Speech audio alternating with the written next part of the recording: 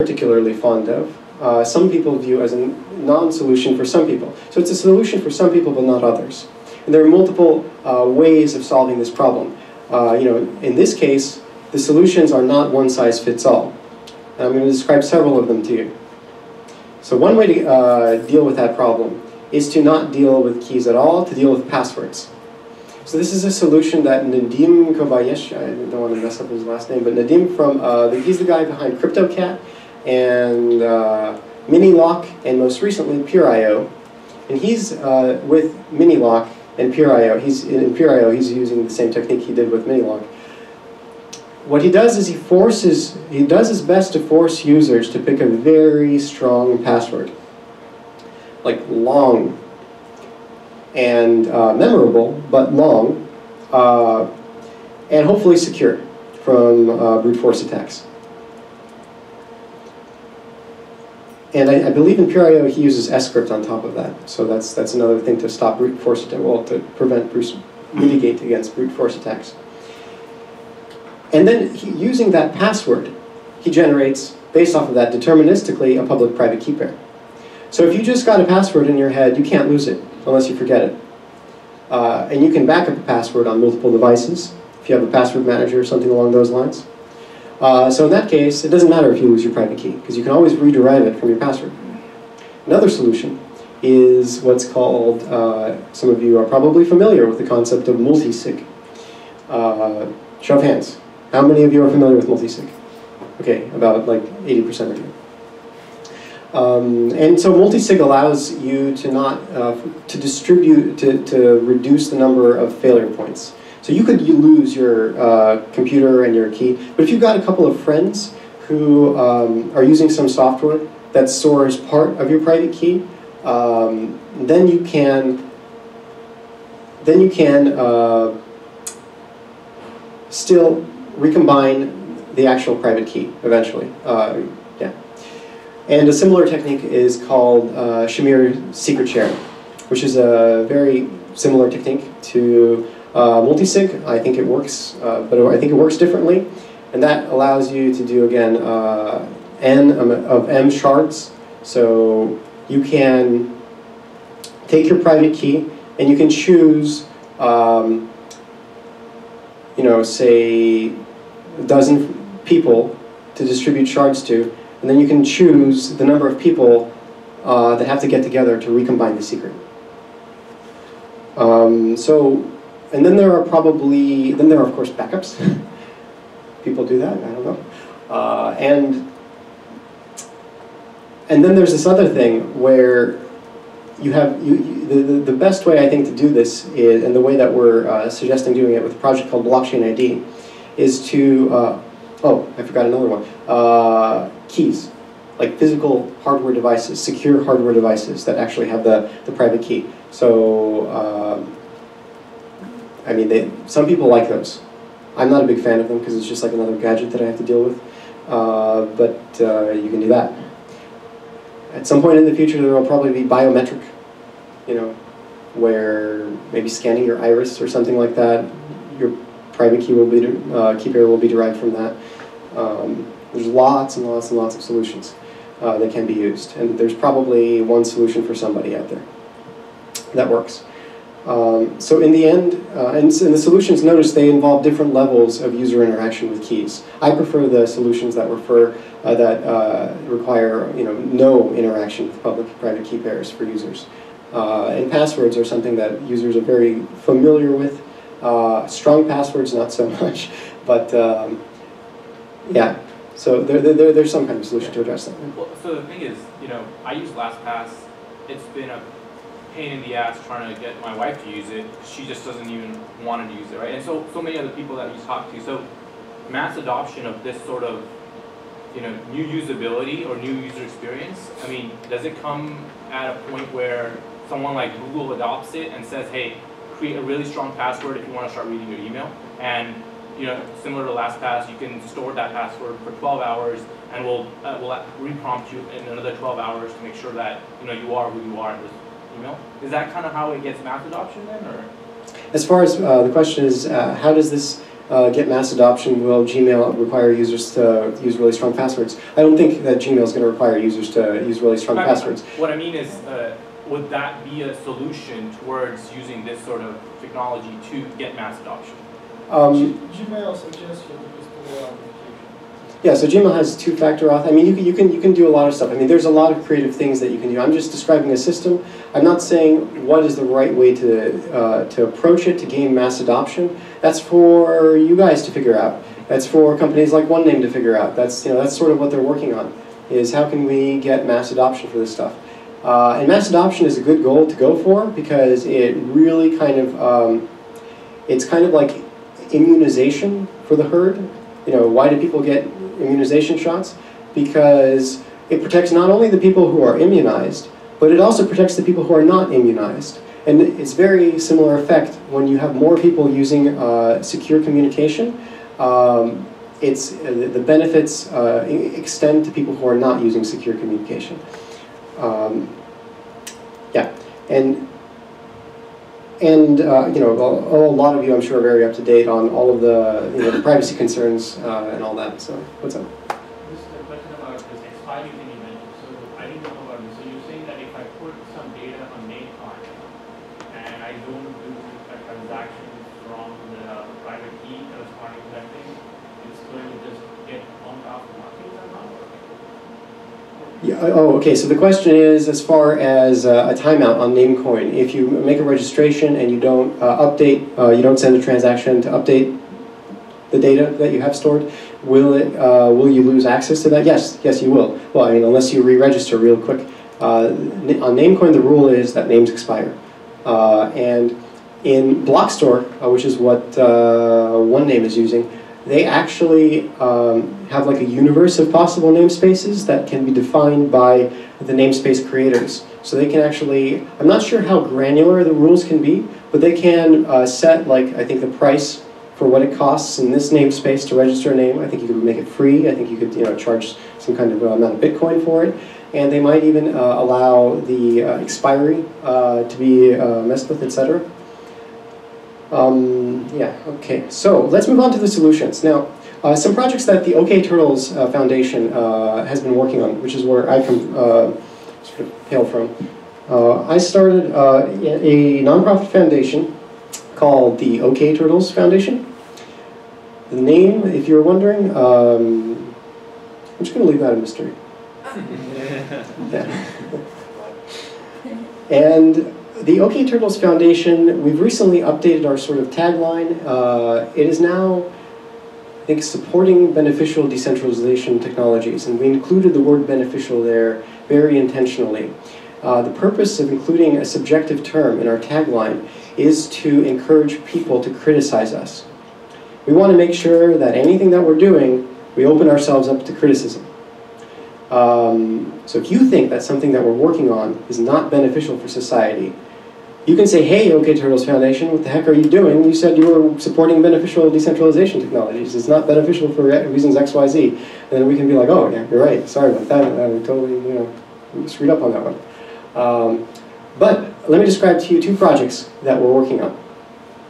One of them, the first of them, is called DNSChain. And DNSChain is not a blockchain. But it is a server that facilitates communicating with blockchains. Blockchains that are being used for key value data lookups, such as Namecoin, and kind of like hybrids like Blockstore. You can use multiple chains. Yeah, it's designed intentionally. A kind of a mission goal or a requirement is for it to be blockchain agnostic. Like, we're very adamant that DNSChain support any chain that anybody wants supported that does these key value lookups. And the reason is because we don't know which chain's the best way for doing this. There's a lot, this is a brand new field. And you guys know from taking these courses that there's a lot of different ideas floating out around there on how to do a blockchain. So we don't want to, it would be foolish of us to say this is the right way to do something. But are you assuming that there will be one chain or multiple chains? I guess that was my main question. we know that there will be multiple chains. There are multiple chains that do this. And in the future, we have no idea whether one chain will rule them all or not. We like to encourage not so much competition, but more like collaboration on new innovative ideas. So that's why it's blockchain agnostic. And we're trying to make DNSChain provide a single interface, however, to these different blockchains. So that this is for developer convenience. So that developers don't have to learn the rules of every particular blockchain. They can just use like a single API to talk to different blockchains and perform transactions, read from the database, etc. So DNSChain sits in a box. It's supposed to sit in a box. If you're not using DNSChain like this, you are using it wrong. Sits in a box with a blockchain.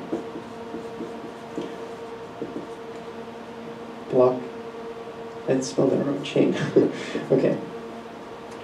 And it talks to a blockchain node. This can be Namecoin, this can be Bitcoin, this can be Ethereum, this can be any of your favorite blockchain. Next, we currently have support for 3 blockchains. Ethereum support is, we're working with Cayman Nava to add support for Ethereum.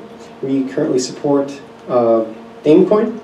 We have support for what was called BitShares DNS and now is called KeyID, and that project is kind of, last I heard, a little bit stalling. I don't know if they're going to pick it back up. And recently somebody added a pull request for Next support, which is a pure proof-of-stake coin. But I guess just to be clear, you have a singular over there. Even though you're supporting all these, you're only supporting a single chain at a time. No. You can have as many of these as you want. That's a good question. Yeah. So you can have Namecoin here. Let's just say abbreviate NMC, and you can have BTC running here on a server. These are oftentimes kind of like resource-heavy things to run on a server, especially a VPS that's owned by one person. So usually it's like but if you're willing to pay for the resources, you can run multiple chains.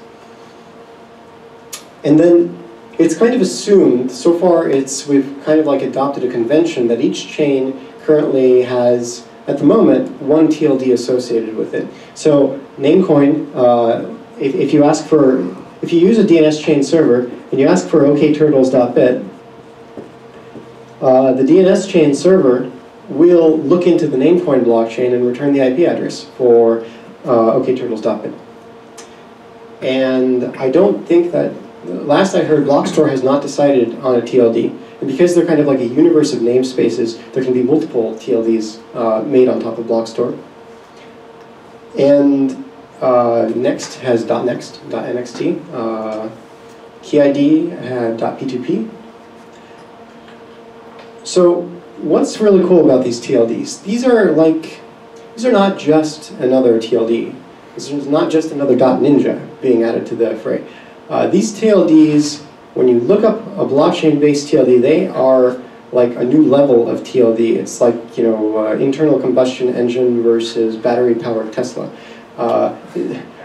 These guys can allow you to establish a man-in-the-middle proof connection to that website. Something that traditional TLDs cannot do. Because traditional TLDs use that whole system that I was talking about. And it's even possible, if you're wondering, to migrate traditional TLDs to a blockchain. You can do that automatically. Like you can design a system that automates migrating .coms with their current owners onto a blockchain if somebody wanted to do that. You can migrate some of them, you could migrate all of them. It's possible to, for example, decide that .com will be looked up in this blockchain, and DNSChain will try that first. And if there's no entry for it, then it'll pass it along to the traditional system, which by the way, DNSChain also supports. So it supports both the previous system and blockchain-based systems. And the way that you do that is you have to actually modify the blockchain clients.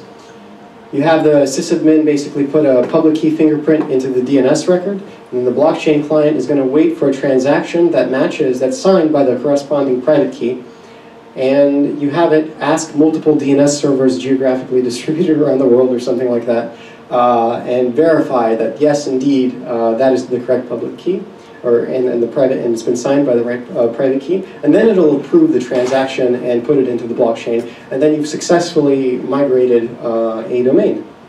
Of course, there could be man-in-the-middle attacks, but with enough nodes, you would have to have a global man-in-the-middle attack to prevent this from happening, and it would be noticed instantly. So since you're distributing this across multiple blockchains, how do you manage that? Because within a single blockchain, it's easier, right? I think he's got different domains for each of them. Oh, is it? So you need Yeah, a different blockchain domains to for different manage the blockchains. Yeah, okay. Like what DNS curve supposed to do, what you just described? DNS curve, Putting the fingerprints as TXT records on your DNS. So I don't remember. I thought that DNS curve was somewhat similar to DNS crypt, but if it does something else beyond that, I know that DNS curve is not designed, was not designed intentionally with blockchains in mind, but there's DNSSEC actually does something similar. It has public keys being distributed by DNS, but DNSSEC, there's a lot of problems with DNSSEC. We have a comparisons page of DNSChain to just about like every other solution that has been proposed to solving these man-in-the-middle problems on the DNSChain GitHub page, which I should probably show you. But before I get to that, let me just move on to Blockchain ID and finish that up.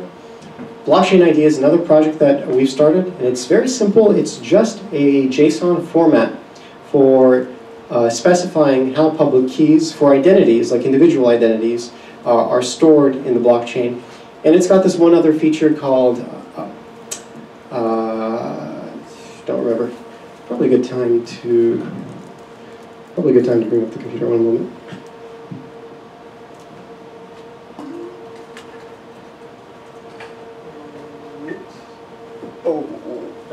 Yeah, that's okay. I always do that. Okay, well, let me just describe. So it's got another feature called either affirmations or something like that. It's very similar in concept to on how LinkedIn, somebody else can vouch for you. They can say, this guy knows programming, this guy knows marketing.